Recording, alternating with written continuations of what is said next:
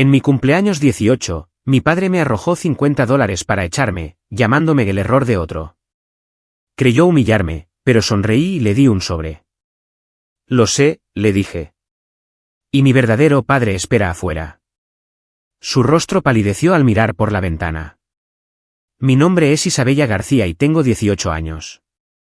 El día de mi cumpleaños, el hombre que me crió me arrojó un billete de $50 a la cara y me dijo que me largara, porque estaba harto de pagar por el error de otro hombre. Había esperado 18 años por este momento. 18 años de silencio frío, recitales a los que faltó e insultos susurrados cuando pensaba que no podía oír. Creyó que $50 y un portazo serían el final de mi historia.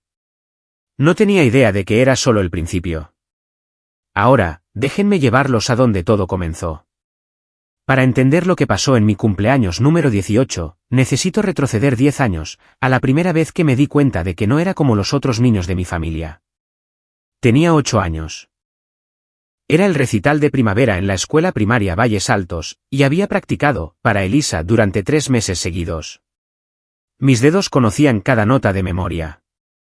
Mi madre, Laura, se sentó en la primera fila con su teléfono, grabando cada segundo. Llevaba su vestido azul favorito, el que guardaba para ocasiones especiales. El asiento a su lado estaba vacío. Ricardo tuvo una reunión de último minuto. Eso fue lo que mamá me dijo cuando le pregunté dónde estaba. Pero incluso a los 8 años, noté que nunca tenía reuniones de último minuto cuando Mateo tenía sus partidos de fútbol. Mateo tenía 4 años entonces, y Ricardo asistía a cada uno de los partidos, incluso a aquellos en los que mi hermano pequeño solo recogía dientes de león en el campo en lugar de jugar. Después del recital, encontré a mamá en el pasillo. Tenía los ojos rojos, pero sonrió y me dijo que estuve maravillosa. ¿Por qué papá nunca viene a mis cosas?, le pregunté. Ella no respondió. Solo me abrazó más fuerte de lo habitual. Esa noche, no pude dormir. Bajé sigilosamente por agua y oí voces en la cocina. Ricardo y mamá. No sabían que estaba escuchando. Te dije que no puedo fingir para siempre, dijo Ricardo. Cada vez que la miro, veo el error que cometiste. Es una niña, Ricardo. ¿Es inocente en todo esto? No es mi hija. Nunca lo fue. Y el día que cumpla 18, se va de esta casa. No entendí qué significaba error en ese entonces. No sabía por qué Ricardo me miraba diferente a como miraba a Mateo. Pero entendí una cosa claramente, lo que fuera que estuviera mal conmigo, hacía llorar a mi madre. Volví a la cama sin el agua y empecé a contar. No los días hasta que pudiera irme, sino los días hasta que pudiera entender por qué nunca era suficiente. La diferencia entre Mateo y yo no era solo emocional. Era financiera. Y para cuando tenía 16 años, tenía los recibos para probarlo. Era septiembre de mi penúltimo año de preparatoria. La inscripción para el examen de admisión a la universidad, SAT, vencía y necesitaba $200. 150 para el examen, 50 para libros de preparación. Me acerqué a Ricardo en su oficina en casa, donde estaba revisando hojas de cálculo para Mendoza Herrera Propiedades, la firma de bienes raíces comerciales donde era vicepresidente de desarrollo de negocios. Necesito dinero para el SAT, dije. Directa al grano. Había aprendido hace años que Ricardo prefería la eficiencia a las cortesías. No levantó la vista. Consigue un trabajo. La fecha límite de inscripción es en 2 semanas. No tengo tiempo para. Mateo necesita nuevos tacos de fútbol. Los buenos cuestan $350. No puedo andar tirando el dinero en todo el mundo. $350 por unos tacos de fútbol para un niño de 14 años que le quedarían pequeños en 6 meses. Pero $200 para mi examen de ingreso a la universidad era tirar el dinero. Conseguí un trabajo en una cafetería llamada El Despertar del Café, a 3 cuadras de la escuela. Salario mínimo, 15 horas a la semana. Me tomó 3 meses ahorrar lo suficiente para el SAT y los libros, mientras también cubría mi propia factura de teléfono porque Ricardo me había sacado del plan familiar cuando cumplí 15. Mateo, mientras tanto, recibía un nuevo iPhone cada septiembre, el último modelo. Sin hacer preguntas. Cuando llegaron los resultados de mi SAT, 1480 de 1600, percentil 96, dejé el informe en la encimera de la cocina donde todos pudieran verlo. Nadie lo mencionó. Ni Ricardo. Ni Carmen, su segunda esposa. Ni siquiera Mateo, que probablemente no entendía lo que significaban los números. Mamá habría estado orgullosa. Llevaba 4 años muerta, víctima de un cáncer de mama cuando yo tenía 12. Pero me gusta pensar que estaba mirando de alguna manera. No le volví a pedir dinero a Ricardo después de eso. Si tenía que construir mi futuro sola, lo haría.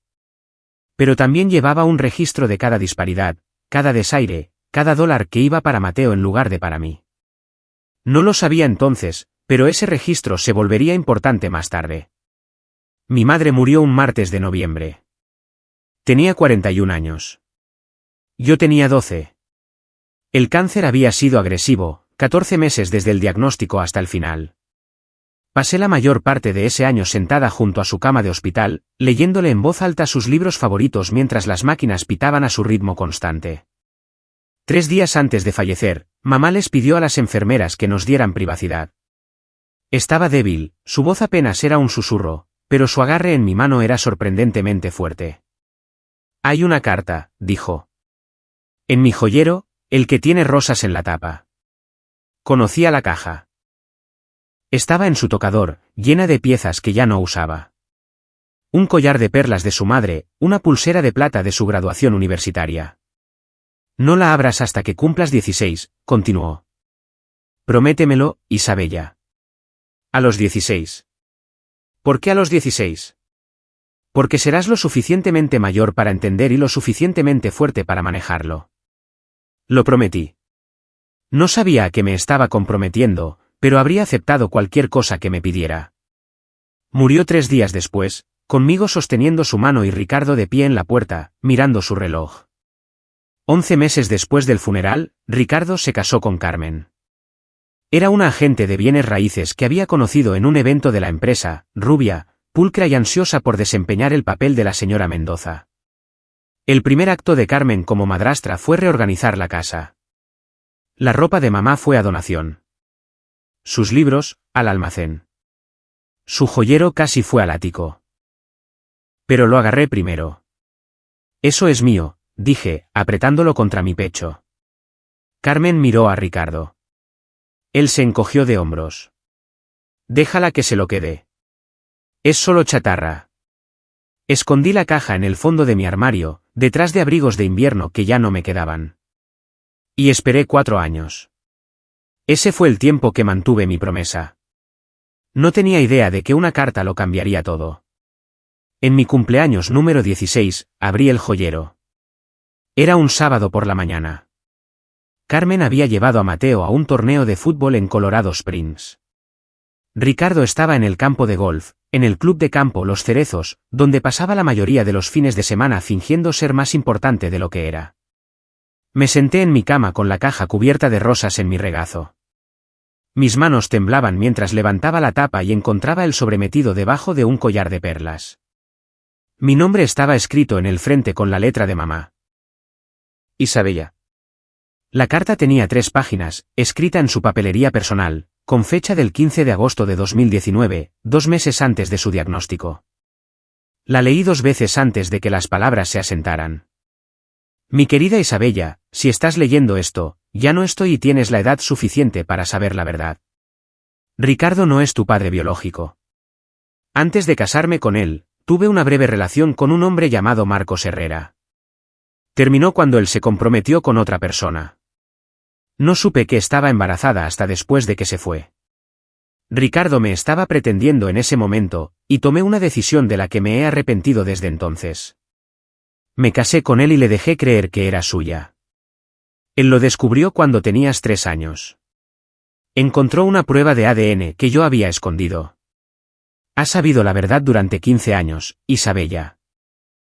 Eligió guardar silencio porque no quería la vergüenza de admitir que su esposa había estado con otro hombre. Siento no habértelo dicho nunca. Tenía miedo de perderte, pero mereces saber quién eres. Marcos nunca supo de ti. Eso tampoco fue justo para él. Esta carta ha sido notariada y archivada con mi abogada, Elena Vargas, en Vargas y Asociados. Tiene instrucciones de ayudarte si alguna vez lo necesitas. No eres un error, Isabella. Eres lo mejor que he hecho en mi vida, y tu verdadero padre merece saber que existes. Con todo mi amor, siempre, mamá. Me quedé sentada allí durante 1 hora, leyendo la carta una y otra vez. Todo finalmente tenía sentido y nada volvería a ser igual. Esa noche, escribí Marcos Herrera Denver en Google. Los resultados fueron abrumadores. Marcos Herrera, CEO y cofundador de Herrera Capital Partners, un fondo de capital privado especializado en bienes raíces comerciales y energía renovable. Activos bajo gestión, 2.3 mil millones de dólares. Me quedé mirando el número. 1.000 millones con M. Había fotos. Un hombre alto con cabello plateado y ojos azules penetrantes, del mismo tono que los míos. Llevaba trajes a medida en la mayoría de las fotos, de pie en podios o estrechando la mano de gobernadores y alcaldes. Pero el detalle que me paró el corazón estaba enterrado en un artículo del Denver Business Journal de marzo de 2022. Herrera Capital continúa dominando el mercado de bienes raíces comerciales de Colorado, superando a competidores más pequeños en al menos 7 grandes acuerdos en la última década. El artículo nombraba a uno de esos competidores más pequeños, Mendoza Herrera Propiedades. Casi me reí. La empresa para la que trabajaba Ricardo tenía Herrera en su nombre porque Marcos había sido cofundador hacía 20 años. Se habían separado por una disputa comercial y Marcos había construido un imperio mientras Ricardo seguía siendo vicepresidente en la firma que habían comenzado juntos. Ricardo odiaba a Marcos Herrera. Le había oído quejarse de ese bastardo arrogante en cenas, culpando a Marcos por cada acuerdo que fracasaba, cada contrato perdido ante una oferta más alta. Y ahora sabía por qué Ricardo me miraba con tanto desprecio. Cada vez que veía mi cara, veía al hombre que lo había vencido en todo. Negocios, éxito y, aparentemente, el corazón de mi madre. La pregunta ahora era simple: ¿quería Marcos Herrera saber que yo existía? Esperé 6 meses antes de contactarlo. Necesitaba ser estratégica. En septiembre de mi último año de preparatoria, escribí una carta a Marcos Herrera. No un correo electrónico, una carta física enviada a la sede de Herrera Capital Partners en el centro de Denver. Incluí una copia de la carta de mamá y una simple solicitud, una prueba de ADN independiente para confirmar la verdad. Pasaron 2 semanas, luego 3. Revisaba el buzón todos los días, con el estómago revuelto por una mezcla de esperanza y pavor. El día 18, llegó una respuesta, no de Marcos directamente, sino de su abogado. La carta era breve y profesional. El señor Herrera estaba dispuesto a someterse a una prueba de ADN en los laboratorios Gentrust, una instalación certificada. Se había programado una cita para el 15 de octubre. La prueba duró 5 minutos, un hisopo en la mejilla, algo de papeleo, una promesa de que los resultados llegarían en 2 semanas. El 8 de noviembre, recibí el informe. Caso número GT 2023-08 AM, probabilidad de paternidad, 99,97%. 3 días después, sonó mi teléfono. Un número desconocido con un código de área de Denver. ¿Isabella? La voz era profunda, mesurada. Soy Marcos Herrera. Acabo de recibir los resultados. No pude hablar. Mi garganta se había cerrado por completo. No sabía de ti, continuó. Tu madre nunca me lo dijo. Pero ahora que lo sé, no voy a ir a ninguna parte. ¿Te lo prometo? Le creí. El 15 de marzo llegó, frío y gris, el cielo cargado de nubes que no podían decidir si llover o nevar. Me desperté a las 6:47 de la mañana, 13 minutos antes de mi alarma. Por un momento, me quedé quieta, mirando el techo de la habitación en la que había dormido durante 18 años. Las paredes estaban desnudas ahora. Había quitado los pósteres y las fotos semanas atrás, empaquetándolos en cajas que estaban en un rincón, listas para irse. Hoy era el día. Podía sentirlo en mis huesos. Me duché, me vestí con jeans y un suéter azul marino, y bajé las escaleras. La cocina olía a café y tostadas. Carmen estaba en la encimera, desplazándose por su teléfono. Mateo estaba en la mesa, devorando cereal mientras veía algo en su iPad. Ninguno de los dos levantó la vista cuando entré. Ni feliz cumpleaños, ni tarjeta, ni pastel. No esperaba ninguna de esas cosas, pero la ausencia aún así dolía. Ricardo estaba sentado a la cabeza de la mesa, leyendo el Denver Post. Tampoco me reconoció, pero noté que su mandíbula estaba tensa, sus hombros rígidos. Había estado esperando este día durante años. Me serví un vaso de jugo de naranja y miré por la ventana. Allí estaba, un Mercedes S-Class negro estacionado en la esquina de nuestra calle, apenas visible a través de las ramas desnudas del roble en nuestro jardín delantero. Marcos ya estaba aquí, esperando. El sobre en el bolsillo de mi chaqueta se sentía más pesado de lo que el papel debería. Dentro estaban los resultados del ADN, una copia de la carta de mamá y una fotografía de Marcos y yo tomada hacía 2 meses en una cafetería del centro. La primera vez que nos habíamos visto en persona. Respiré hondo. Pasara lo que pasara, estaba lista. Ricardo dobló su periódico y me miró por primera vez esa mañana. Tenemos que hablar, dijo. Ricardo metió la mano en su cartera y sacó un billete de $50. No me lo entregó. Lo arrojó. El billete aterrizó en la mesa frente a mí, junto a mi jugo de naranja intacto. Ya tienes 18, dijo. Se acabó para mí. Me quedé mirando el billete de 50. La cara de Ulysses S. Grant me devolvía la mirada, indiferente. Disculpa. ¿Me oíste? La voz de Ricardo era plana, ensayada. Había estado practicando este discurso. Cumplí con mi obligación legal. Eres una adulta. Lárgate. Carmen dejó su teléfono. Ricardo, tal vez deberíamos. Tú mantente al margen de esto. Ni siquiera la miró. Sus ojos estaban fijos en los míos, llenos de 18 años de resentimiento. Lo sé desde que tenías 3 años. No eres mi hija. Nunca lo fuiste. Solo te mantuve aquí porque tu madre me lo rogó y porque no quería que la gente hiciera preguntas. Mateo finalmente levantó la vista de su iPad. Su boca estaba abierta. El cereal olvidado. Pero Laura ya no está, continuó Ricardo. Y no voy a seguir pagando por el error de otro hombre. El error de otro hombre. Las mismas palabras que había escuchado cuando tenía 8 años.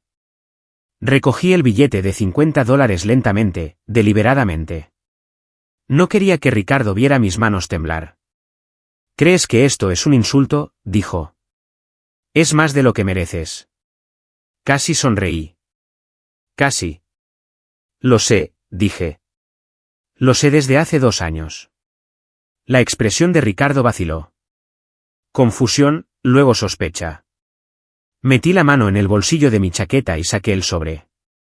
Lo puse sobre la mesa, directamente frente a él. Ábrelo. Dudó, luego rasgó el sobre. Observé su rostro mientras leía los resultados del ADN, mientras reconocía la letra de mamá en la carta, mientras el color se desvanecía de sus mejillas. Y mi verdadero padre, dije, está esperando afuera. La cabeza de Ricardo se giró bruscamente hacia la ventana. El Mercedes negro, la puerta del conductor abriéndose. Un hombre alto con cabello plateado saliendo a la acera. Marcos Herrera. El rostro de Ricardo se puso gris. No, susurró. No, no, no. Observé a Ricardo mirar a Marcos.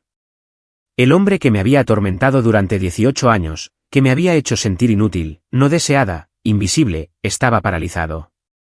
Su mano agarraba el informe de ADN con tanta fuerza que el papel se arrugaba en los bordes. Marcos caminó por nuestra entrada con la confianza pausada de alguien que no tenía nada que demostrar. Llevaba un abrigo de carbón y guantes de cuero. Su cabello plateado estaba perfectamente peinado a pesar del viento de marzo. Eso es imposible, respiró Ricardo. Tú y él. Laura y él. No pudo terminar la frase. Antes que tú, dije. Antes de que ella supiera que existías. Carmen se había puesto pálida. Miraba entre Ricardo y la ventana, tratando de armar el rompecabezas de lo que estaba sucediendo. Mateo había abandonado su iPad por completo, su apatía adolescente reemplazada por un shock de ojos abiertos. ¿Planeaste esto? La voz de Ricardo se quebró. Lo he estado planeando durante 2 años, confirmé. Desde que encontré la carta de mamá. Desde que supe que sabías la verdad y me castigaste por ello de todos modos. Sonó el timbre. Nadie se movió. Sonó de nuevo. Yo abro, dije. Caminé hacia la puerta principal, mi corazón latiendo con fuerza, pero mis pasos firmes. Podía sentir los ojos de Ricardo quemándome la espalda. Podía oír a Carmen susurrar algo frenéticamente, probablemente tratando de averiguar cómo esto afectaría su estatus social. Abrí la puerta. Marcos Herrera estaba en el porche, sus ojos azules, mis ojos, encontrándose con los míos. ¿Lista?, preguntó. ¿Lista? Me volví para mirar a Ricardo una última vez. Todavía estaba de pie en la mesa de la cocina, el billete de $50 olvidado en el suelo. Adiós, Ricardo. Marcos no esperó una invitación. Pasó a mi lado hacia el vestíbulo, su presencia llenando el espacio de una manera que Ricardo nunca pudo. ¿Ricardo? La voz de Marcos era tranquila, casi agradable. Ha pasado tiempo. Ricardo recuperó el equilibrio. Fuera de mi casa. Estoy aquí para recoger a mi hija. La que acabas de echar con un billete de $50. Marcos miró el dinero arrugado en el suelo. Generoso de tu parte. Ella no es tú. Ricardo se detuvo. Los resultados del ADN todavía estaban en su mano. La evidencia era innegable. 99,97%, dijo Marcos. Los laboratorios Gentrust no cometen errores. Al parecer, Laura tampoco los cometió cuando decidió no decírmelo. Carmen finalmente habló. Ricardo, ¿quién es este hombre? Marcos Herrera. Ricardo escupió el nombre como veneno. Mi antiguo socio comercial. El que ha estado sabotajeando mis negocios durante años. ¿Sabotajeando? Marcos levantó una ceja. Creo que la palabra que buscas es, superando. Hay una diferencia. Me quedé junto a la puerta, viendo cómo se desarrollaba la confrontación. Una parte de mí quería intervenir, pero una parte más grande entendía que este momento no era sobre mí. Era sobre Ricardo enfrentando las consecuencias de su crueldad. ¿Crees que has ganado algo? Ricardo se acercó a Marcos, con los puños apretados. Llevártela no cambia nada. Sigue siendo el error de Laura. Sigue siendo. Cuidado. La voz de Marcos bajó, perdiendo su tono agradable. Estás hablando de mi hija. Y he pasado los últimos 6 meses enterándome exactamente de cómo la has tratado. Las palabras quedaron suspendidas en el aire. Sé sobre el dinero del SAT que te negaste a darle, continuó Marcos. El plan de teléfono que cortaste, el fondo fiduciario que has estado vaciando. Todo. El rostro de Ricardo pasó de gris a blanco. ¿Cómo? No importa cómo. Lo que importa es que todo lo que le has hecho a Isabella tendrá consecuencias, empezando hoy. Marcos metió la mano en su abrigo y sacó una carpeta de manila. La puso en la encimera de la cocina, directamente frente a Carmen, quien se estremeció como si pudiera morderla. Laura le dejó a Isabella un fondo fiduciario, dijo Marcos. $180,000 para ser administrados por su tutor legal hasta que cumpliera 18. Abrió la carpeta. Ese tutor eras tú, Ricardo. La mandíbula de Ricardo se tensó. Tenía todo el derecho de acceder a esos fondos. Criar a un hijo es caro. Lo es. Marcos sacó una hoja de cálculo. Estados de cuenta bancarios resaltados y anotados. Según estos registros, retiraste $47,000 en los últimos 5 años para gastos de crianza. Me miró. Isabella, Ricardo pagó por tu inscripción al SAT. No. Tu factura de teléfono. No. Útiles escolares, ropa, actividades extracurriculares. Pagué todo yo misma con el dinero que gané trabajando en una cafetería. Marcos se volvió hacia Ricardo. Entonces, ¿a dónde fueron los $47,000? Silencio. Los ojos de Carmen se dirigieron a la hoja de cálculo. Vi cómo su expresión cambiaba. No exactamente culpa, sino reconocimiento. Ella sabía a dónde había ido ese dinero. Los campamentos de fútbol de Mateo, el entrenamiento privado de Mateo, el interminable desfile de nuevos aparatos electrónicos de Mateo. Eso es malversación de fondos, dijo Marcos en voz baja. Según la ley de Colorado, un fideicomisario que se apropia indebidamente de fondos puede ser considerado personalmente responsable, más intereses, más honorarios legales. No puedes probar. Ya lo he hecho. Marcos golpeó la carpeta. Mi abogada, Elena Vargas, ha estado revisando estos registros durante meses. La misma Elena Vargas que tu esposa, Laura, contrató para proteger los intereses de Isabella antes de morir. Ricardo parecía que iba a vomitar. Discutiremos esto más a fondo, dijo Marcos. Después de la gala. Una cosa más. Marcos sacó un segundo documento de la carpeta, un correo electrónico impreso completo con encabezados y marcas de tiempo. El rostro de Ricardo pasó de blanco a verde. 12 de septiembre de 2018. Marcos leyó en voz alta. D. Ricardo Mendoza, Mendoza Herrera. A. Su abogado personal. Asunto, cuestión de herencia, confidencial. Levantó el papel para que todos pudieran ver. Necesito conocer mis opciones para minimizar las obligaciones de herencia a una hija que no es biológicamente mía. Específicamente, ¿puedo excluirla de mi testamento sin revelar la razón? ¿Y qué sucede con el fondo fiduciario de su madre si la niña es retirada del hogar antes de los 18 años? Carmen jadeó. Incluso Mateo parecía perturbado. ¿De dónde sacaste eso? La voz de Ricardo era apenas un susurro. El departamento de ti de tu empresa no es tan leal como crees, dijo Marcos, especialmente cuando se les ofrecen mejores oportunidades en otro lugar. No sabía de este correo electrónico. Marcos había mencionado que estaba reuniendo pruebas, pero no me di cuenta de lo profundo que había cavado. Has estado planeando dejarme fuera desde que tenía 12 años, dije. Las palabras salieron firmes, factuales. Incluso antes de que mamá muriera. Ricardo no pudo mirarme a los ojos. La gala es en una semana, dijo Marcos, guardando los documentos de nuevo en la carpeta. Te sugiero que pases ese tiempo consultando con tu abogado, porque después del sábado por la noche, todos en la comunidad empresarial de Denver sabrán exactamente qué clase de hombre eres. Me extendió la mano. Isabella, vámonos. Eché un último vistazo a la cocina, a la expresión congelada de Carmen, a la confusión de Mateo, a la compostura desmoronada de Ricardo. Luego salí por la puerta con mi padre. Mi verdadero padre. La historia apenas comienza, amigos. Ricardo me echó pensando que había ganado, pero no tenía idea de quién era mi verdadero padre. Y la mejor parte aún está por llegar.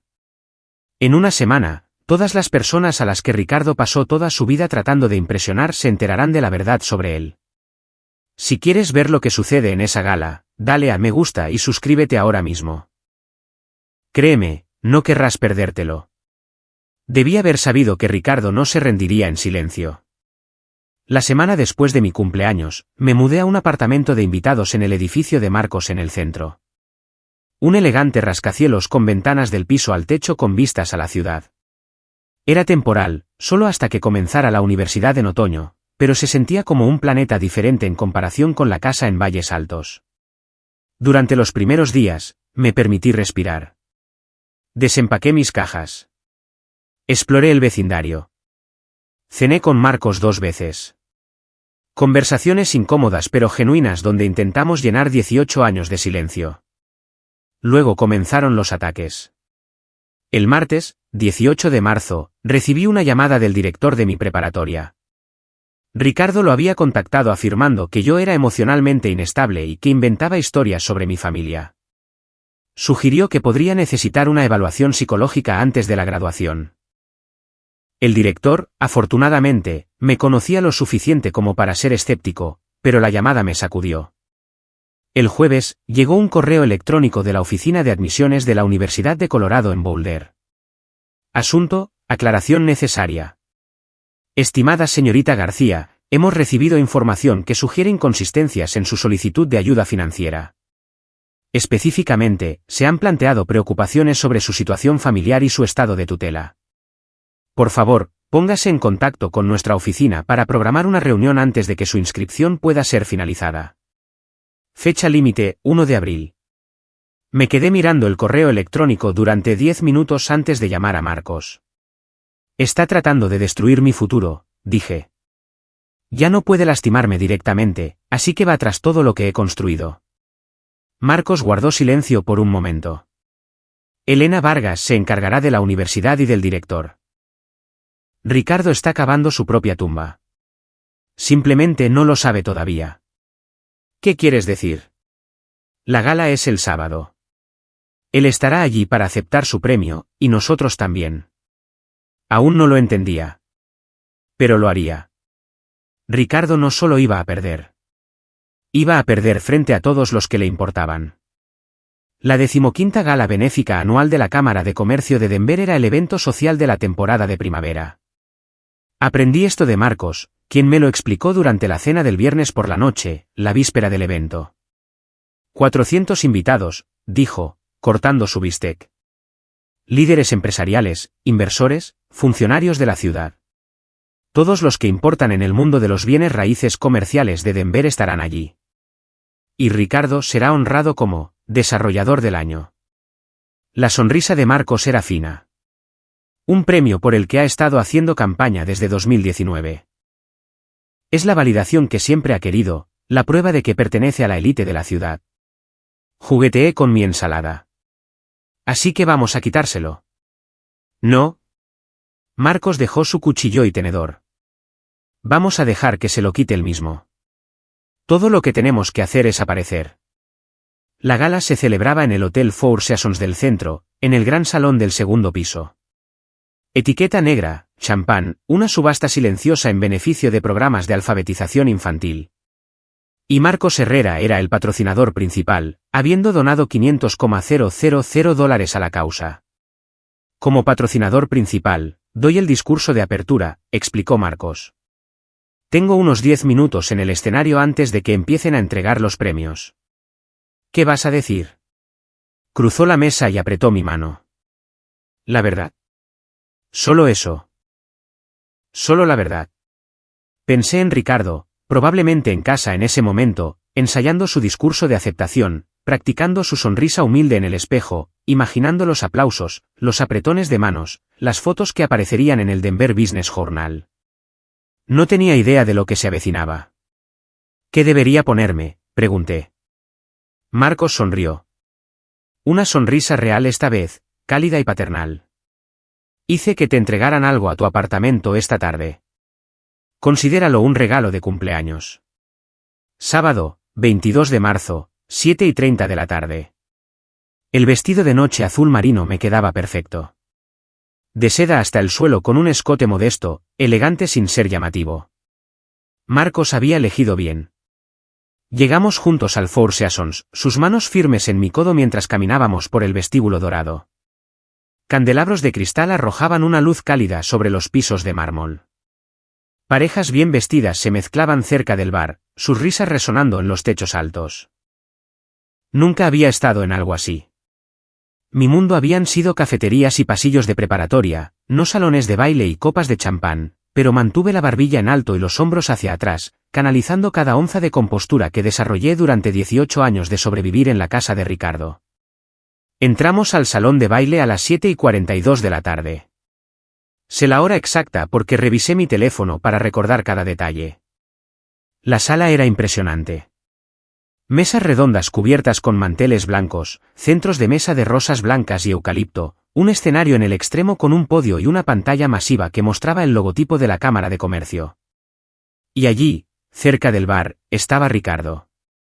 Llevaba un smoking que probablemente costaba más que todo mi guardarropa. Carmen estaba a su lado con un vestido rojo, riendo de algo que uno de los inversores dijo. Ricardo sostenía una copa de champán, gesticulando expansivamente mientras contaba alguna historia sobre un negocio reciente. Entonces me vio. La copa de champán se congeló a medio camino de sus labios. Sus ojos se movieron de mi cara a la de Marcos, y luego de vuelta a mí. Vi cómo el color se desvanecía de sus mejillas en tiempo real. Se excusó de su grupo y se dirigió hacia nosotros, su expresión asesina. ¿Qué demonios estás haciendo aquí? Me invitaron, dije con calma. Mi padre es el patrocinador principal. Varias cabezas se giraron ante la palabra al padre. Aparecieron teléfonos en las manos. Alguien susurró. La mandíbula de Ricardo se apretó tanto que pensé que sus dientes podrían romperse. Ricardo nunca había sido bueno controlando su temperamento, especialmente después de unas copas. ¿Tu padre? Se rió, un sonido áspero y feo. Marcos Herrera no es tu padre. Es un estafador que te está usando para llegar a mí. La gente a nuestro alrededor había dejado de fingir que no escuchaba. Se estaba formando un círculo, atraído por la promesa del drama. Ricardo. Carmen apareció a su codo, su rostro tenso por la alarma. Aquí no, por favor. Él la apartó. No. Todos necesitan saber lo que está pasando aquí. Me señaló, su dedo temblando de rabia. Esta chica no es mi hija. Es el producto del romance de mi difunta esposa. Una bastarda que me vi obligado a criar durante 18 años. Jadeos, murmullos. Vi al menos 3 teléfonos levantarse, las cámaras apuntando en nuestra dirección. Le di un techo sobre su cabeza, continuó Ricardo, su voz subiendo de tono. La alimenté. La vestí. ¿Y así es como me lo paga? Apareciendo aquí con él. No respondí. No era necesario. Ricardo estaba haciendo todo el trabajo él mismo. Es una mentirosa y una manipuladora, igual que su madre. Laura me engañó durante años. Y ahora su hija está tratando de hacer lo mismo. No crean ni una palabra de lo que dice. El salón de baile se había quedado en silencio. Incluso el cuarteto de cuerdas había dejado de tocar. Sentí la mano de Marcos en mi hombro. Firme, tranquilizadora. ¿Has terminado?, le pregunté a Ricardo. Su rostro estaba rojo ahora, con venas visibles en sus sienes. Apenas estoy empezando. ¿Crees que puedes arruinarme? No eres nada. Siempre has sido nada. Lo miré.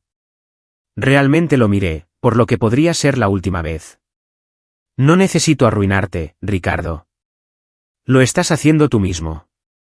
Por el rabillo del ojo, vi a Marcos caminar hacia el escenario. Era el momento. La maestra de ceremonias, una mujer de cabello plateado con un vestido de lentejuelas negro, golpeó el micrófono. Damas y caballeros, si me permiten su atención, por favor. Es hora de comenzar nuestro programa. Por favor, den la bienvenida a nuestro patrocinador principal y orador principal, el señor Marcos Herrera. Los aplausos llenaron el salón. Marcos subió los escalones del escenario con la confianza fácil de un hombre que se había dirigido a miles de audiencias. Estrechó la mano de la maestra de ceremonias, ajustó el micrófono y sonrió a la multitud. Gracias a todos por estar aquí esta noche, comenzó. La gala benéfica de la Cámara de Comercio de Denver ha recaudado más de $12 millones para programas de alfabetización infantil en los últimos 15 años. Es algo de lo que todos deberíamos estar orgullosos. Más aplausos. Ricardo se había retirado a su mesa, su rostro todavía sonrojado, Carmen susurrándole urgentemente al oído. Esta noche quiero hablar de algo personal, continuó Marcos. Sobre la familia, sobre las decisiones que tomamos y las consecuencias que siguen. Una oleada de curiosidad recorrió a la multitud. Este no era el típico discurso de un patrocinador. Hace 20 años, tomé una decisión de la que me he arrepentido desde entonces. Me alejé de alguien que me importaba porque pensé que tenía mejores opciones. No sabía entonces que ella estaba esperando a mi hija. Los susurros se intensificaron. Vi cabezas girarse, buscando contexto. Hace 6 meses, recibí una carta de una joven notable. Había pasado 2 años investigando su propia historia, reuniendo pruebas, construyendo un caso. Hizo esto no por venganza, sino por la verdad, por el derecho a saber de dónde venía. Marcos me miró directamente. Esa joven está aquí esta noche, y me gustaría presentársela, no como un secreto, no como un escándalo, sino como mi hija. Extendió su mano hacia mí. Isabella, ¿me acompañarías en el escenario? El camino hacia el escenario pareció durar 1 hora. 400 rostros me observaron cruzar el salón de baile. 400 pares de ojos siguieron cada uno de mis pasos. Escuché susurros. La hija de Herrera. ¿Quién es ella? ¿Dijo 18 años? Subí las escaleras y tomé la mano de Marcos. Me acercó suavemente a su lado, de cara a la multitud. Ella es Isabella García, dijo al micrófono. O como espero que algún día me permita llamarla, Isabella Herrera. ¿Mi hija? Los aplausos comenzaron lentamente, luego crecieron. No todos aplaudieron. Algunos estaban demasiado atónitos, otros demasiado ocupados procesando, pero suficientes lo hicieron para que el sonido llenara la sala. Isabella pasó 18 años en un hogar que no la quería, continuó Marcos. Le dijeron que era un error. Se le negó el apoyo básico mientras su hermanastro recibía todo. Pagó su propia inscripción al SAT trabajando en una cafetería porque el hombre que se suponía que era su tutor se negó a darle $200. Vi la mesa de Ricardo. Su rostro estaba ceniciento. Carmen tenía la mano sobre la boca. Los otros invitados en su mesa se estaban inclinando hacia atrás como si la desgracia de Ricardo pudiera ser contagiosa. A pesar de todo eso, dijo Marcos, Isabella se graduó con un promedio de 3,9. Obtuvo un puntaje en el percentil 96 en su SAT. Ganó una beca parcial para la Universidad de Colorado en Boulder. Hizo todo esto sola, sin ayuda, sin apoyo, sin que nadie le dijera que era valiosa. Se volvió hacia mí, con los ojos brillantes. Me perdí 18 años de tu vida, Isabella. No puedo recuperarlos. Pero puedo prometerte esto, a partir de hoy, nunca más estarás sola. No pude hablar. Mi garganta estaba demasiado apretada, así que solo asentí y apreté su mano. El aplauso era ensordecedor. Marcos hizo un gesto hacia un lado del escenario donde una mujer con un traje gris a medida estaba esperando. Para aquellos que puedan cuestionar la validez de lo que he compartido, permítanme presentar a Elena Vargas, socia principal de Vargas y Asociados. La señora Vargas ha sido la custodia de la documentación que prueba la paternidad de Isabella. Elena dio un paso adelante, su presencia imponiendo respeto inmediato. Tenía unos 40 y tantos años, con rasgos afilados y el comportamiento compuesto de alguien que había pasado décadas en los tribunales. Buenas noches, dijo al micrófono. Tengo en mi poder los siguientes documentos. Primero, una carta notariada escrita por Laura García Mendoza el 15 de agosto de 2019, que atestigua la paternidad biológica de Marcos Herrera sobre su hija, Isabella. Segundo, los resultados de la prueba de ADN de los laboratorios Gentrust con fecha del 8 de noviembre de 2023, que confirman una probabilidad del 99,97% de coincidencia paterna entre el señor Herrera y la señorita García. Levantó una carpeta, la misma que Marcos le había mostrado a Ricardo una semana antes. Estos documentos han sido autenticados y están disponibles para revisión legal. No hay ambigüedad aquí. Isabella García es la hija biológica de Marcos Herrera. La sala bullía de reacciones. Vi a un reportero del Denver Business Journal escribiendo furiosamente en un cuaderno. Los teléfonos estaban por todas partes, grabando, enviando mensajes de texto, publicando. La mesa de Ricardo se había convertido en una isla de silencio. Los otros invitados habían movido físicamente sus sillas lejos de él. Nadie quería ser asociado con lo que se estaba desarrollando. Una cosa más, agregó Elena. También estoy en posesión de registros financieros que indican que Ricardo Mendoza, como fideicomisario de la herencia de Isabella de su difunta madre, retiró $47,000 de su fondo fiduciario durante un periodo de 5 años. Los procedimientos legales para recuperar esos fondos comenzarán el lunes por la mañana. Ricardo se levantó bruscamente, derribando su copa de champán. No dijo una palabra. Simplemente salió. No llegó lejos. Ricardo dio unos 10 pasos hacia la salida antes de que alguien gritara, huyendo, Mendoza. Se detuvo, se dio la vuelta. Su rostro era una máscara de furia apenas controlada. Esto es una trampa, gritó, su voz quebrándose. Marcos ha estado tratando de destruirme durante 20 años. Está usando a esa chica para terminar el trabajo. La multitud se movió incómoda. Algunas personas miraron a Marcos, luego a mí, y de vuelta a Ricardo. La prueba de ADN es falsa, continuó Ricardo, caminando de regreso hacia el escenario. Los documentos están falsificados. Todo esto es una mentira diseñada para humillarme. Marcos no se inmutó. Los laboratorios Gentrust son una de las instalaciones más respetadas del país. Sus resultados se han utilizado en miles de procedimientos legales. ¿Estás sugiriendo que son parte de mi conspiración? Estoy sugiriendo que les pagaste. Y la carta de Laura, tu propia esposa, también está falsificada. La boca de Ricardo se abrió y luego se cerró. No tenía respuesta. Llamaste a mi hija, bastarda, frente a 50 testigos, dijo Marcos, su voz bajando a algo frío y peligroso. Admitiste públicamente que sabías que no era tu hija biológica, y que la resentías por ello. Hiciste eso antes de que yo dijera una sola palabra. Murmullos de acuerdo se extendieron por la multitud. Todo lo que te está pasando esta noche, Ricardo, te lo buscaste tú mismo. Alguien en la multitud gritó, ¿y el dinero del fondo fiduciario? El rostro de Ricardo se puso pálido. Eso es un asunto privado. 47,000 dólares, gritó otra voz. ¿De la herencia de una niña? Eso es un robo. La multitud se estaba volviendo en su contra. Podía sentirlo. El juicio colectivo cambiando, la marea social alejándose de Ricardo y hacia nosotros. Carmen apareció a su lado, tirando de su brazo. Ricardo, tenemos que irnos ahora. Esta vez, no discutió. Huyeron por la puerta lateral, dejando su mesa vacía. El lunes después de la gala, Elena Vargas presentó una demanda en el Tribunal del Condado de Denver. Caso número 2024, CB 0892. Demandante, Isabella García. Demandado, Ricardo Mendoza.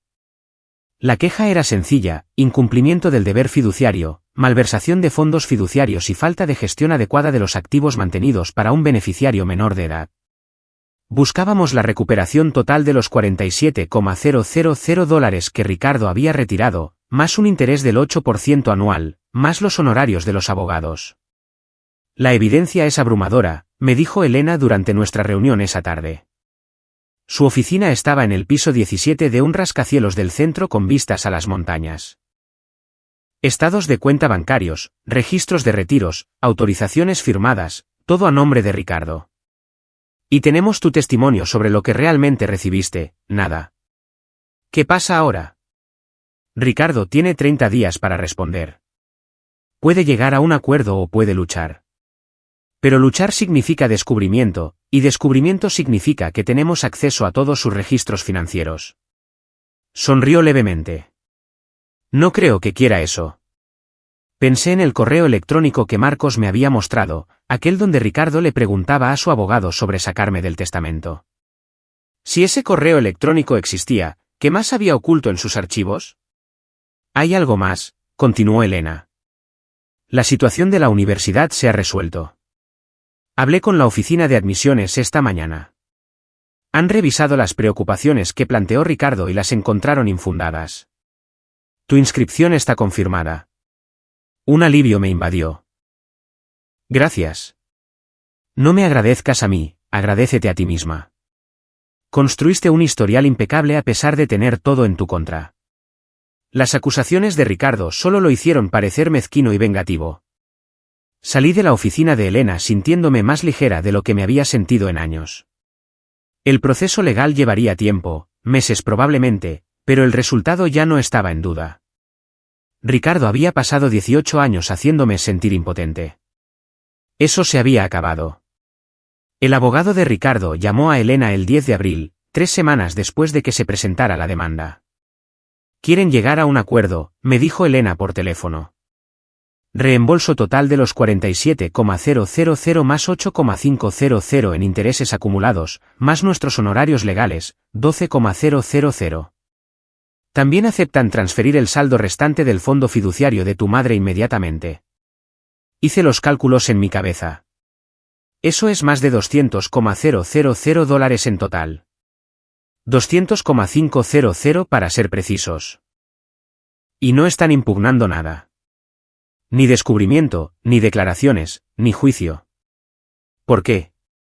Porque Ricardo no puede permitirse el escrutinio. La gala fue un desastre para él, profesional y personalmente. Sus socios en Mendoza Herrera se han estado distanciando desde entonces. Una batalla legal prolongada solo empeoraría las cosas. El acuerdo se firmó el 15 de abril, exactamente un mes después de mi cumpleaños número 18. No asistí a la firma. No necesitaba ver la cara de Ricardo mientras escribía el cheque. No necesitaba su disculpa, que según Elena, no ofreció de todos modos. Lo que necesitaba era un cierre, y eso fue lo que obtuve. El dinero se depositó en mi cuenta 3 días después. Me quedé mirando el saldo en la pantalla de mi teléfono durante mucho tiempo. $200,500. No se trataba realmente del dinero. Se trataba de ser vista, de ser reconocida, de que finalmente me dijeran que lo que me pasó estuvo mal. Ricardo había pasado 18 años tratándome como si no valiera nada. Ahora había pagado, literalmente, por ese error. Marcos me llevó a cenar la noche que llegó el dinero del acuerdo. Un tranquilo restaurante italiano, del tipo con manteles blancos y velas parpadeando en botellas de vino. «Quiero pagar tu universidad», dijo después de que hubiéramos ordenado. «¿Todo? Matrícula, alojamiento, libros, todo». Dejé mi vaso de agua. «Lo aprecio, pero no». Parecía sorprendido. «¿Por qué no?» «Porque he pasado 18 años demostrando que no necesito a nadie. No voy a empezar a depender de alguien ahora. Ni siquiera de ti. Isabella, soy tu padre. No es dependencia. Es familia». «Lo sé». Extendí la mano sobre la mesa y toqué la suya. «Y estoy agradecida de que estés en mi vida, pero necesito hacer esto por mí misma. El dinero del fondo fiduciario, mi beca. Es suficiente. Más que suficiente». Marcos guardó silencio por un momento. Podía verlo luchando con ello. El instinto de proveer luchando contra el reconocimiento de que yo necesitaba autonomía. «Tu madre te crió bien», dijo finalmente. «Sí, lo hizo». «Está bien». Apretó mi mano. «Pero si alguna vez necesitas algo, cualquier cosa, estoy aquí. Sin condiciones». «Lo sé». Terminamos la cena hablando de otras cosas. Su negocio, mis planes para la universidad, el apartamento que estaba mirando cerca del campus. Una conversación normal de padre e hija, o al menos lo que imaginaba que sería una conversación normal de padre e hija. No necesitaba el dinero de Marcos para demostrar que era valiosa. Ya lo había demostrado cada día durante 18 años. Sé que muchos de ustedes que están viendo han pasado por algo similar. Ser ignorados, subvalorados, hechos sentir como si no importaran por las personas que se suponía que debían amarlos. Si esta historia resuena contigo, deja un comentario abajo y comparte este vídeo. A veces, saber que no estás solo es lo más importante. Y no olvides suscribirte para no perderte el final. Ya casi llegamos. Las consecuencias para Ricardo fueron rápidas y brutales. Comenzaron la noche de la gala, cuando la Cámara de Comercio retiró discretamente su nominación a Desarrollador del Año. Sin anuncios, sin explicaciones, solo un breve correo electrónico a los asistentes a la mañana siguiente indicando que, debido a circunstancias imprevistas, el premio no se entregaría ese año. Pero eso fue solo el principio. El 10 de abril, el mismo día que el abogado de Ricardo llamó para negociar el acuerdo, el Sterling Investment Group se retiró de un proyecto de desarrollo conjunto que había estado en proceso durante 18 meses. El acuerdo valía $12 millones.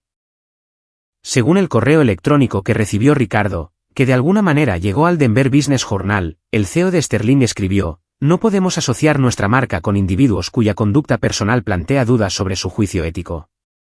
El artículo se publicó el 15 de abril bajo el titular: «Escándalo familiar ensombrece a ex ejecutivo de Mendoza Herrera». Porque para entonces, Ricardo ya se había ido. La junta directiva de Mendoza Herrera Propiedades celebró una reunión de emergencia el 1 de mayo. Yo no estuve allí, obviamente, pero Marcos tenía fuentes dentro de la empresa. La votación fue unánime.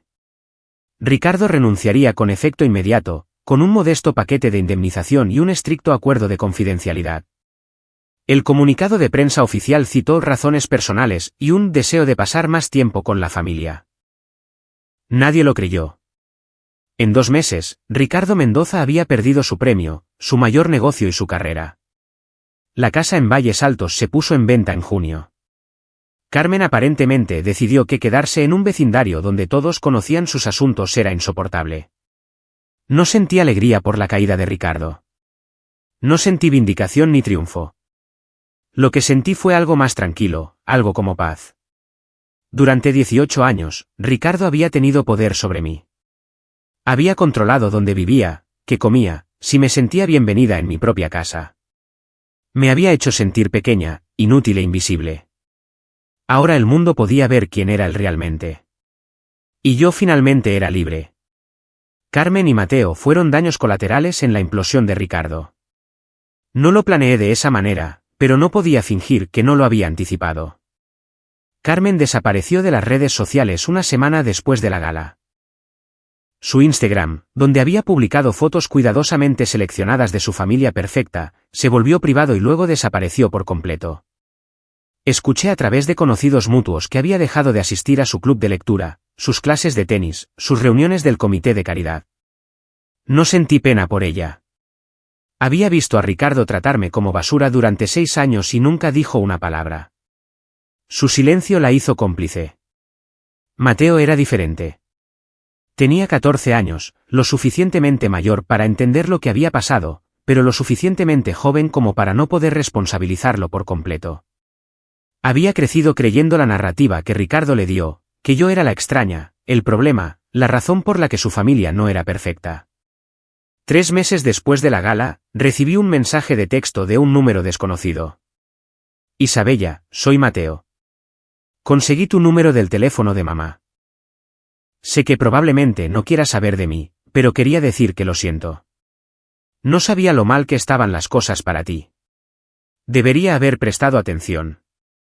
Debería haber dicho algo. Me quedé mirando el mensaje durante mucho tiempo. Una parte de mí quería responder de inmediato, decirle que estaba bien, reconstruir algún tipo de relación.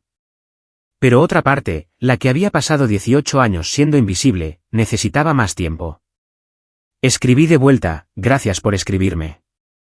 No estoy lista para hablar todavía, pero aprecio que digas esto.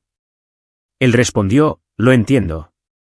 Cuando estés lista, si es que alguna vez lo estás. Guardé su número, pero no lo agregué a mis contactos. Quizás algún día, pero no hoy. En agosto, me mudé a Boulder. Mi apartamento era pequeño, una unidad de un dormitorio en un complejo cerca del campus con vista a las montañas Flatirons desde la ventana de la cocina. Lo amueblé con hallazgos de segunda mano de tiendas de segunda mano y Facebook Marketplace, un sofá azul, un escritorio de madera, un marco de cama que crujía cuando me daba la vuelta por la noche. Era perfecto. El dinero del fondo fiduciario estaba en una cuenta de ahorros, ganando un interés modesto. Lo usé para la matrícula y el alquiler, cuidando el presupuesto para que durara los 4 años. Mi beca cubría el resto. No toqué ni un centavo del dinero de Marcos. No lo necesitaba. Las clases comenzaron la última semana de agosto.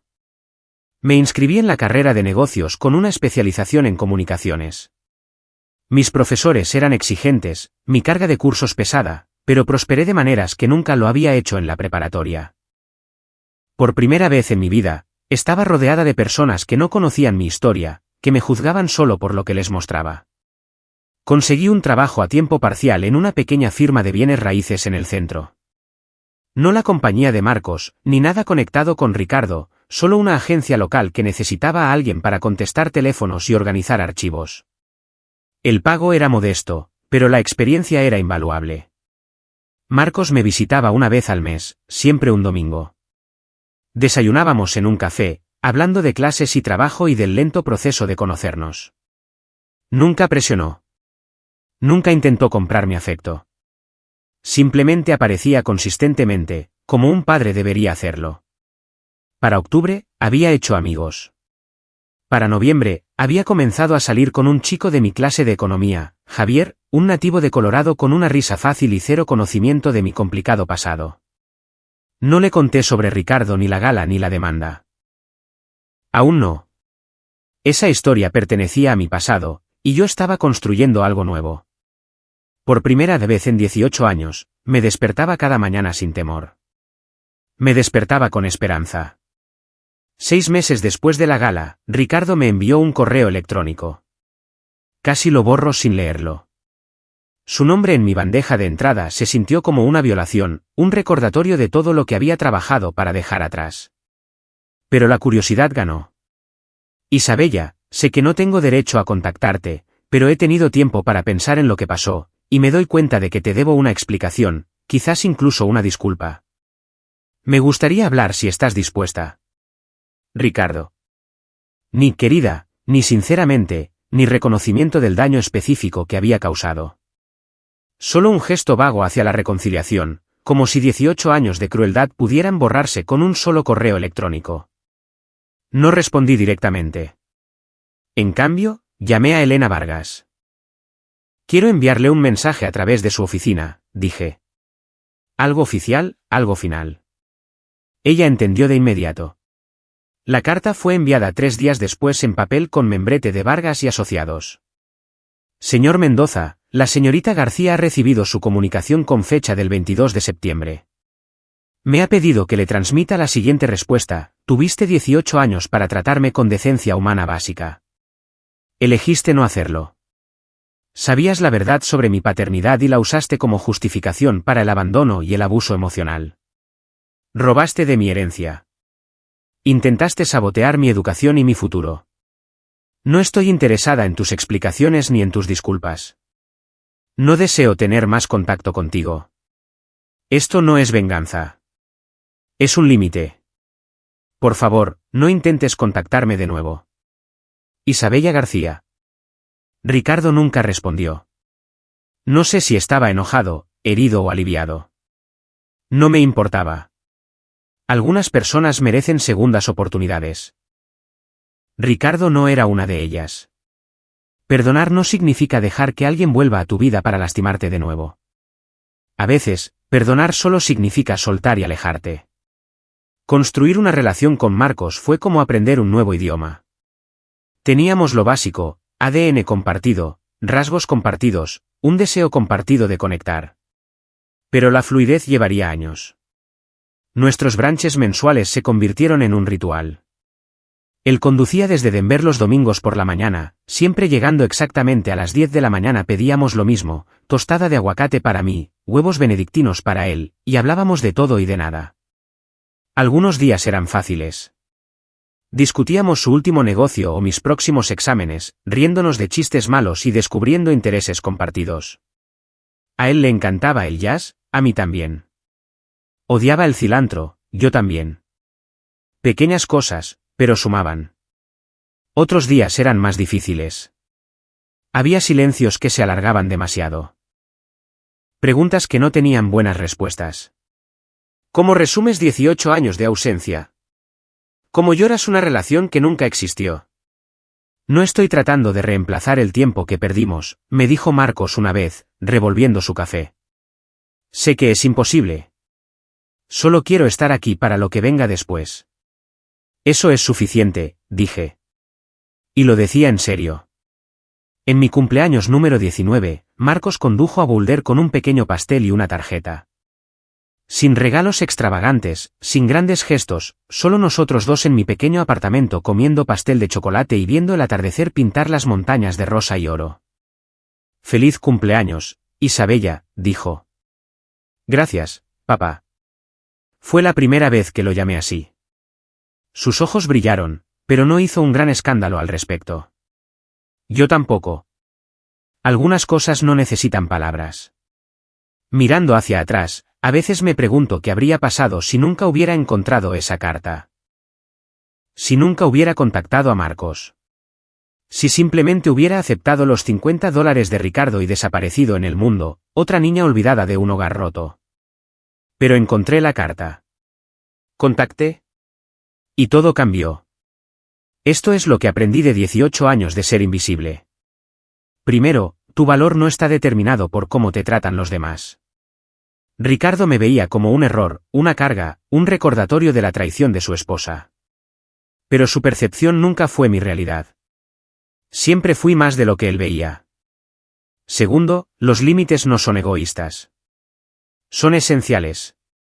Sacar a Ricardo de mi vida no fue venganza. Fue autopreservación. No le debo a nadie acceso a mi paz. Tercero, la familia no es solo sangre. Son las personas que están ahí para ti, que te eligen, que te aman sin condiciones.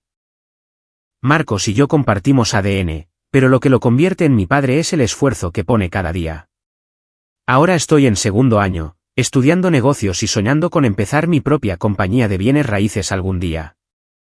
No para competir con Ricardo o Marcos, solo para demostrarme a mí misma que puedo construir algo de la nada, porque eso es lo que siempre he hecho.